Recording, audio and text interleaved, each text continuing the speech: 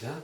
Alors, dans vos deux romans, Une bulle de verre dans l'or noir et Massa, on retrouve quand même de façon récurrente des allusions à une sorte consommation de masse. Vous dénoncez cette consommation, ce monde hyper moderne, j'allais dire, et dans lequel on vit aujourd'hui. Quelle est votre vision là, sur ce sujet?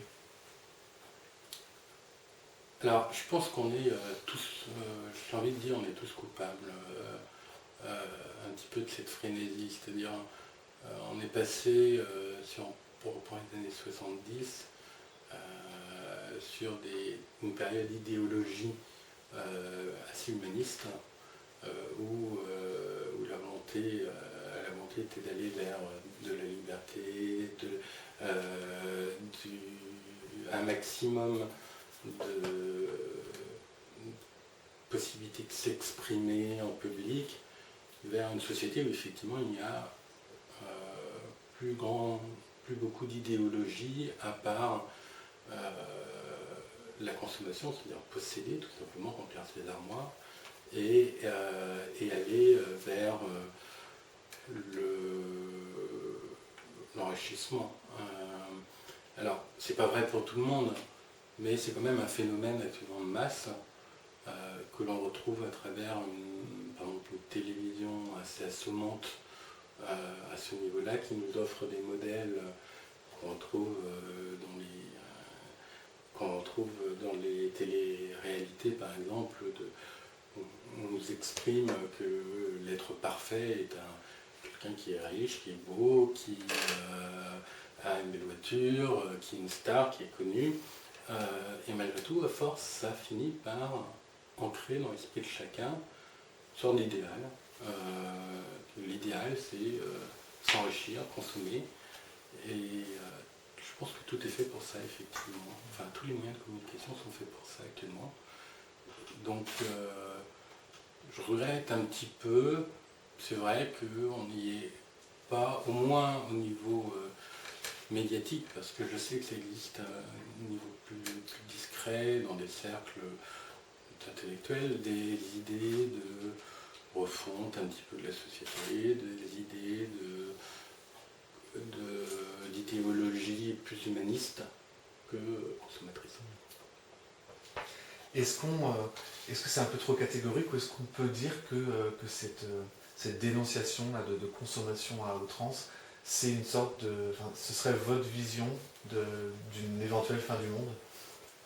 Alors, dans Massa, c'est un petit peu le thème, effectivement, puisque c'est une sorte de frénésie de consommation et de communication qui entraîne une déchéance des sociétés. Mais est-ce qu'on peut dire que ça va aller à des solutions? Je pense pas, non. Ça amène le ramollissement de l'esprit, je pense surtout. Donc à force, plus créer un peuple de moutons qu'un peuple de gens qui sont, disons, qui ont un libre arbitre et une réflexion individuelle. Alors dans Massa toujours, il y a un moment que je trouve intéressant, parmi d'autres évidemment, avec le rituel de Fies, qui tous les jeudis, je crois après-midi, va se ressourcer dans un champ, faire en quelque sorte le vide, ne penser à rien. Ça, vous pensez que ça manque aujourd'hui, vraiment? Je pense que je pense que instinctivement les gens le font. C'est-à-dire qu'on voit bien la mode actuellement qu'il y a pour que ce soit les séances de yoga par exemple qui sont très en vogue, ou des retours à la nature, des week-ends retours à la nature. Je pense qu'il y a quand même ce besoin de s'écarter, qui est là, qui est indispensable à l'équilibre de chacun, et que globalement les gens le font. Et cette façon dont je le décris dans Massa est une façon qui est extrême, et qui va aussi avec le personnage qui lui-même est extrême dans l'autre sens. Hein. Donc Donc je pense qu'effectivement, on est dans une société qui cherche à s'écarter de temps en temps pour pouvoir reprendre son souffle. Alors, j'avais noté une réflexion que j'ai trouvée sur votre page Facebook. Alors, il me semble que c'est de vous. Si on peut en discuter, alors vous dites qu'il s'agit en fait de la chute de notre société brutale, imprévisible et sans parade. Alors, je trouve que c'est quand même assez violent. Est-ce que c'est réellement ce que vous pensez? C'est ce qui... c'est le thème de Massa, purement. Mais Massa n'est qu'une fiction. Massa, effectivement, décrit une situation qui est sans parade, puisque toute tentative qui est effectuée dans le livre amène à un échec.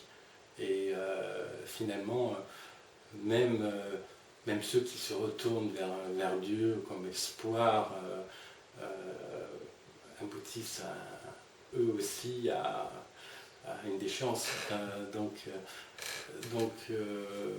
Dans le cadre du livre, oui, c'est effectivement sans parade.